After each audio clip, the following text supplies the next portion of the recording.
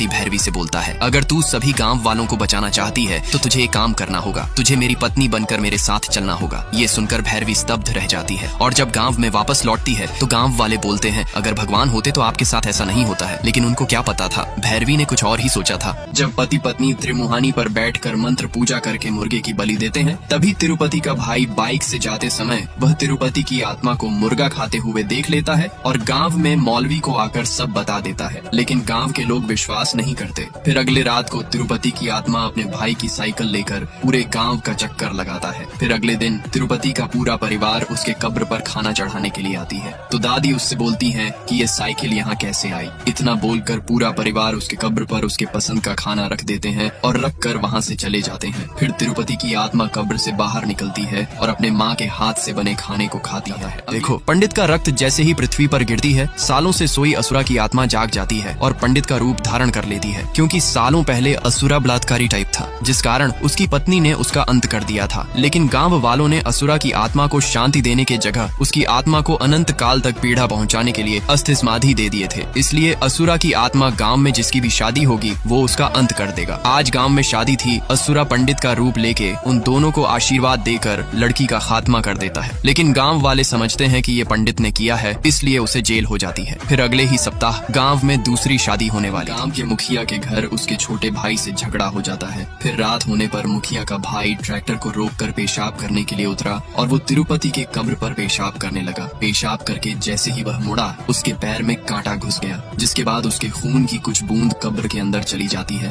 और वह मुखिया का रूप धारण कर लेता है। ट्रैक्टर पर बैठकर उन प्रेमी जोड़े को खोजने के लिए निकल देता है। दोनों प्रेमी जोड़े खेत में थे। तभी असुरा पहुंच जाता है और लड़की को देखकर उसकी तरफ बढ़ता है। देखते ही देखते उसका भी अंत हो जाता है। इसे भी गांव वाले प्रधान को ही दोषी मानकर उसे जेल में डाल देते हैं। फिर पंडित और प्रधान को पेड़ से बांध दिया जाता है। बच्ची ने जैसे ही भगवान नंदी के कान में कुछ बोला, तुरंत नंदी जी जाग गए और भैरवी के पास आने लगे। ऐसा लग रहा था जैसे कि महादेव स्वयं चल रहे हों। देखते ही देखते अपनी शक्तियों से भैरवी को जीवित कर देते हैं। तभी असुरा बोलता है कि मेरे प्रकोप से तू इस गांव को बचाने आई थी और तुझे बचाने के लिए ये नंदी आया। अब तेरे सामने मैं पूरे गांव की सांसें रोक दूंगा। इतना बोलकर असुरा अपनी सभी काली शक्तियों को इकट्ठी करने लगता है, जिससे पूरे गांव वालों की सांसें रुक जाती हैं। लेकिन तभी भैरवी नमः शिवाय का जाप करने लगती है, जिससे समग्र ब्रह्मांड में उपस्थित मंदिरों में से शिव जी की शक्तियां इकट्ठी होने लगती हैं और ब्रह्मांड में साक्षात भगवान भोलेनाथ की छवि बनने लगती है और गांव वालों की रुकी हुई सांसें आए जाती हैं। इसके बाद भगवान भोलेनाथ ने काली शक्ति का संहार करने के लिए अपना त्रिशूल भैरवी को दे देते हैं। भैरवी के हाथों में त्रिशूल ऐसा लग रहा था जैसे कि महादेवी स्वयं खड़ी हो। देखते ही देखते भैरवी और काली शक्ति हवा में उड़ने लगते हैं। फिर भैरवी ने त्रिशूल से काली शक्ति का अंत कर देती है।